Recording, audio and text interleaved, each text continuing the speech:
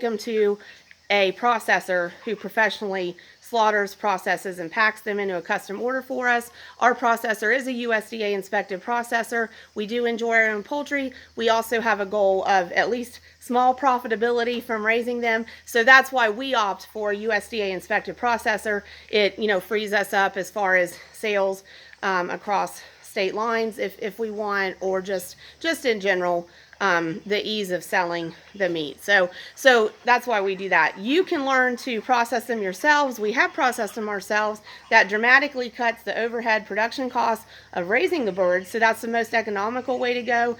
Processing them really is not that difficult. Again, it's like we feel like if we can do it, probably anybody can do it. We've done it, but it's a big production. It's a big process. You need to have certain equipment. You need to set aside time to do it. You need to plan ahead for it. So if you don't want to do that, it's probably worth it to successfully raise your birds, take them to a processor, and just, be content with paying for that service. But you certainly can process your birds if you want to. But regardless, I'm telling you, thing to do, plan ahead. Plan your processing first. Decide if you want to process or send them out for processing. Pick the date. Don't get birds until you've done that. Don't move them in until you've done that. Have it set up. If you're taking them out to process, have an appointment.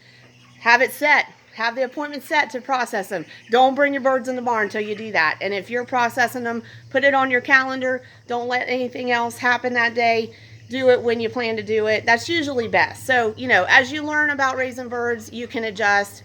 If you're processing yourself, that does give you flexibility to, well, I want to let the birds grow another week. Well, you can do that.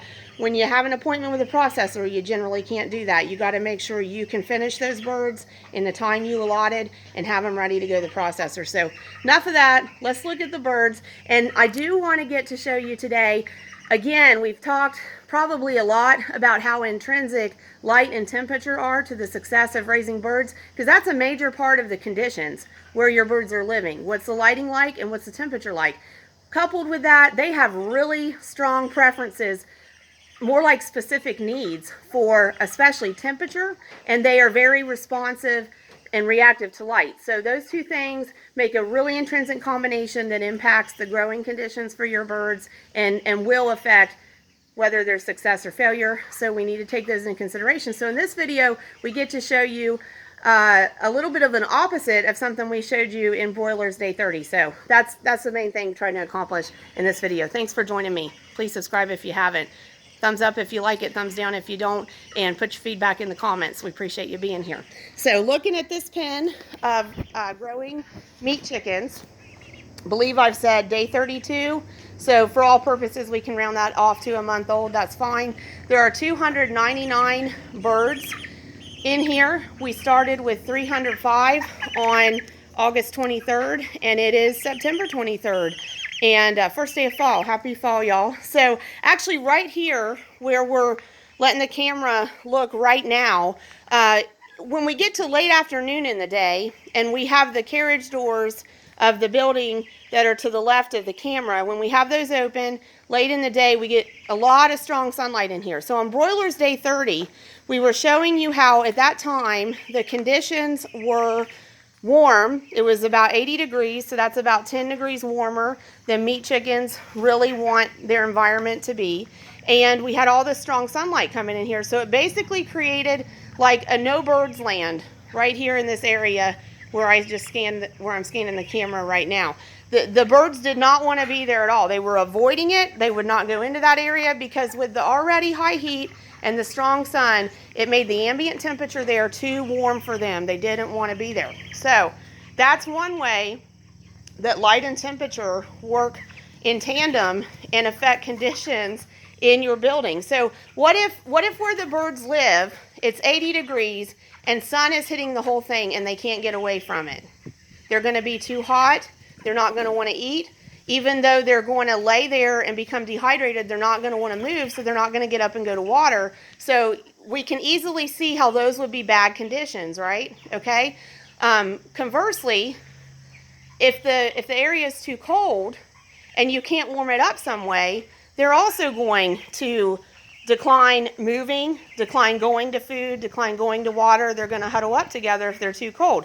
So right now, the outside temperature is actually about 60 degrees, which is really about 10 degrees cooler than these birds want to be.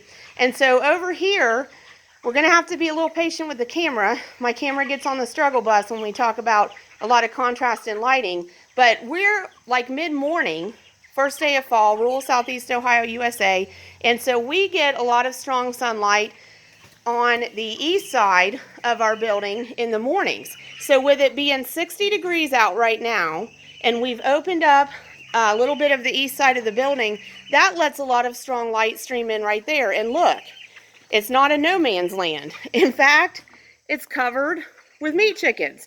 And that's because that strong sunlight is helping warm up the ambient temperature, so that becomes a comfortable place for them. So what does that also teach me as a producer? Likewise, if I have an area that tends to be cool, but I can filter some supplemental heat into it, ideally some natural sunlight, that's going to help my birds be warm, right? So that is just kind of a quick just consideration of how do light, especially natural light, and temperature affect the birds and affect the growing conditions of where the birds are at. And so all of that is worthwhile to think about and ponder if you want to raise meat chickens, because if we're aware of the meat chickens' needs, and then we're also aware of the conditions that are most ideal for them because we're aware of their needs,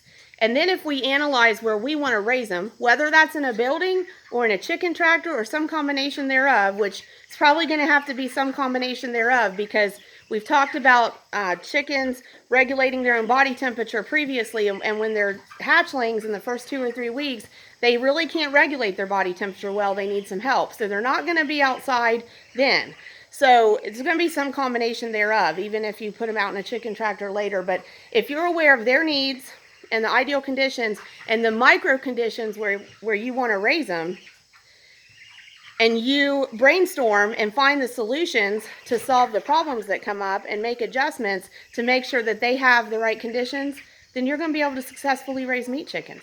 So not trying to oversimplify it, but it does come down to that. You know, they need protection from predators. They need clean water all the time. They need food that's basically pretty high protein to support the growth that they have that's so rapid. And they need the right temperature, and they need us as managers to be aware of how lighting is affecting them.